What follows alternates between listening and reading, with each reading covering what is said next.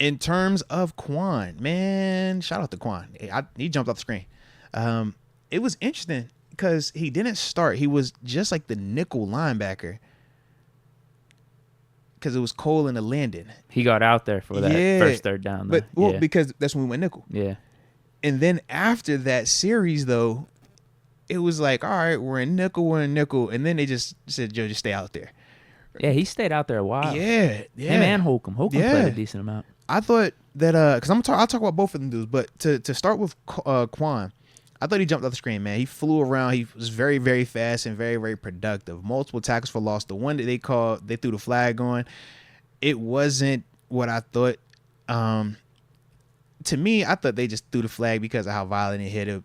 Kind of like the Shazier on Giovanni Bernard, that rule where you can't put you can't have your helmet hitting him in the face mask. I'm with you though, bro. It was BS. I did not like that call at all. I thought it was more so. It was just because of how violent it was. That and literally it was just the violence part of it. But it shouldn't have been called because that was not the type of hit that Shea had hit Bernard with. That rule is designed for. Right. Where he hit him in his face mask and knocked him out. That was not that type of hit right there. But to me, man, I thought Kwon, not only did he flash and play fast, but to me he was the best linebacker on the field for us, man. See him in coverage, zone coverage, saw him match up in some man stuff. He just looked like he belonged. Now, I do wonder, was he as confident playing as fast because he had Cole next to him, who at least has been in the defense a little bit longer? And the reason I say that is, when you're new to the defense, if you got to be the one doing all the thinking and going through every single call, and you can't ask a question to anybody next to you, it's a lot harder to play your best. But if you got somebody that you feel confident, I know what I know, but if I have any type of question, I can at least look to you and say something. To me, that is a huge asset. And the reason I speak on that is the Cole Holcomb part versus even a Landon or even a Mark Robinson. When we say we don't have a lot of, when none of these dudes realistically have been here and played to that extent outside of Mark Robinson. So just trying to figure out that pairing of who is going to know enough to make everybody be able to play like they can without having blown calls. It was good to see that combo of Cole and Kwon, to me, watching it on tape. Now, obviously, I don't know every single call that they made, but just from watching it on tape, they weren't out of their gaps. They didn't drop any coverages. I thought they both played fast. I thought Holcomb played fine too. Cole played really good. I thought he was really instinctive in terms of getting to the football. He had a nice, man, one of the plays that really stood out to me.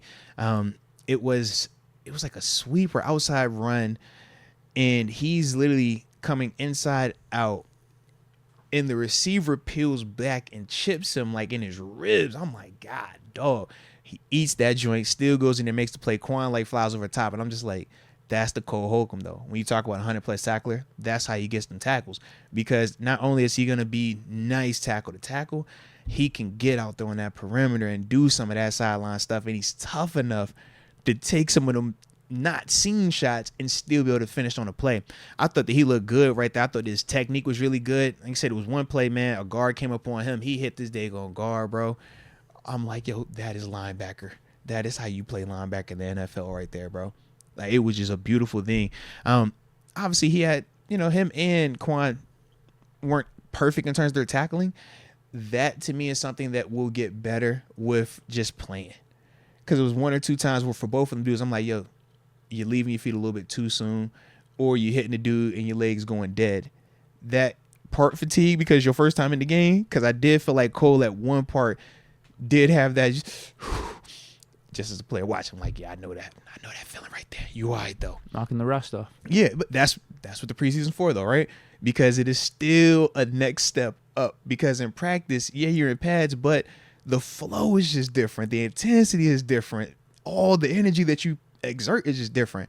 So right there, for both of them dudes, I thought that they did a good job, though, of just playing off of each other really well. To me, I thought Cole was the steady presence that you want, and Kwon was the athlete. Kwon was the dude that was going to get it. He was making the sexy plays in terms of running stuff down in the backfield. I like that pair a lot, man. And I thought they both played really well. We've compared Holcomb to Spillane a little bit. And I saw that on display, but I think Holcomb's even more athletic than Spillane. He definitely is. No, he definitely is. So to have him out there, like you said, is that steady guy. All he's got to do is get up, with the times and get more familiar with the system and whatnot. But to have him like the tackler, that main dude, and then Kwon Alexander just to be out there and be that athlete that he is, that's a good combo. That's a good combo. To me, Cole is definitely more athletic than Spillane. The only problem with both of them is injuries. Injuries. That's Holcomb got injuries against them too. That's just stay healthy. That's both of them. And what did we say about Kwon though?